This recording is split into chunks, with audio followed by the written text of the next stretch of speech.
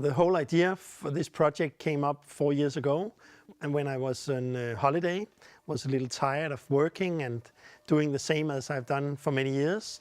I've been raised in a family where we normally had taken some of the money that we earned to use for charity, for helping around the world, for underprivileged people. And I thought it would be nice to change the whole idea of just giving some of the money that you earned into producing places in the world where we really could make it different for people. Yeah, we contacted Danida, which is a development organization under the Danish government, and they suggested Nepal. And when I started to study, and I saw that it's one of the poorest country in Asia, and one of the big problem in Nepal is that there's so many girls that are trafficked every year. They are sent in prostitution to India, and we thought it would be nice to really make it different for those girls and women. So we sent one of our product developers to Nepal and to research, and he went around the villages and saw that some place were selling shoe racks, and we wondered how can they sell all those shoe racks, and they actually didn't. They thought they could because they have seen one guy selling a shoe rack last year.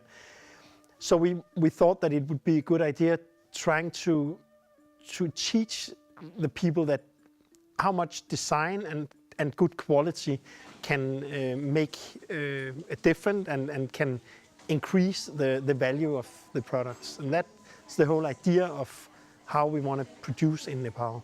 So we developed the idea of making design matter. We would like to see that the production would make it different for the people who produce it and different for the people who buy our products. The important thing about the Nepal projects is that all the products we have made should live up to the design credo that we have a menu that we call soft minimalism. It's just about finding that point with products where they are extremely simple but have enough character and detail and quality to make them stand out as design icons. Regarding the design process with the Nepal projects, it has been quite different from what we normally do. As a designer at Menu, you would normally imagine a product, and then we would find somewhere in the world where we could produce exactly the thoughts of the designer. Here it was actually the other way around. As designers, we had to travel to Nepal, talk to the people actually producing all the products and understanding what they were capable of. And then we had to develop the products from that knowledge. It was important for us for this project to find the design collaborators that really understood our aesthetics and our way of working with designs, and that were able to work very fast.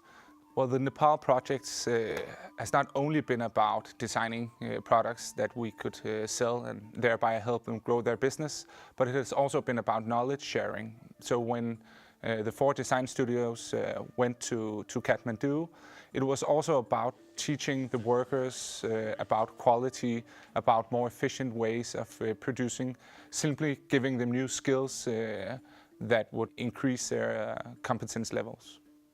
One of the key elements in this project from a design perspective was actually the very high level of quality that we found in Nepal, especially all their tradition for weaving and the quality of fine wools, cashmere, merino wool, really made the products outstanding in the end.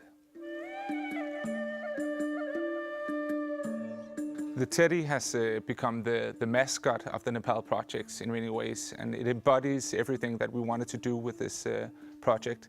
Every single thing here is made by hand, and the project has been all about getting hands to work. It's made from fine wool mixed with soap and water by hand, and everything is molded and sewn together. It's a beautiful, small design piece that tells the story of craft work in Nepal. This really nice cashmere scarf is inspired by traditional block printing. They simply cut out chunks of wood in different patterns, and then they stamp the patterns. So what we did with this one was we got inspired by the technique, but we actually made it more efficient by creating a very large block to get the same pattern every time and to increase the quality of the product in the end. I'll say as an architect, I really love these houses that come in a set of 4 from Node Design Studio. They're super useful for all kinds of storage in all spaces of the house. And it's really fun that you can actually play with them and make your own landscape or architecture.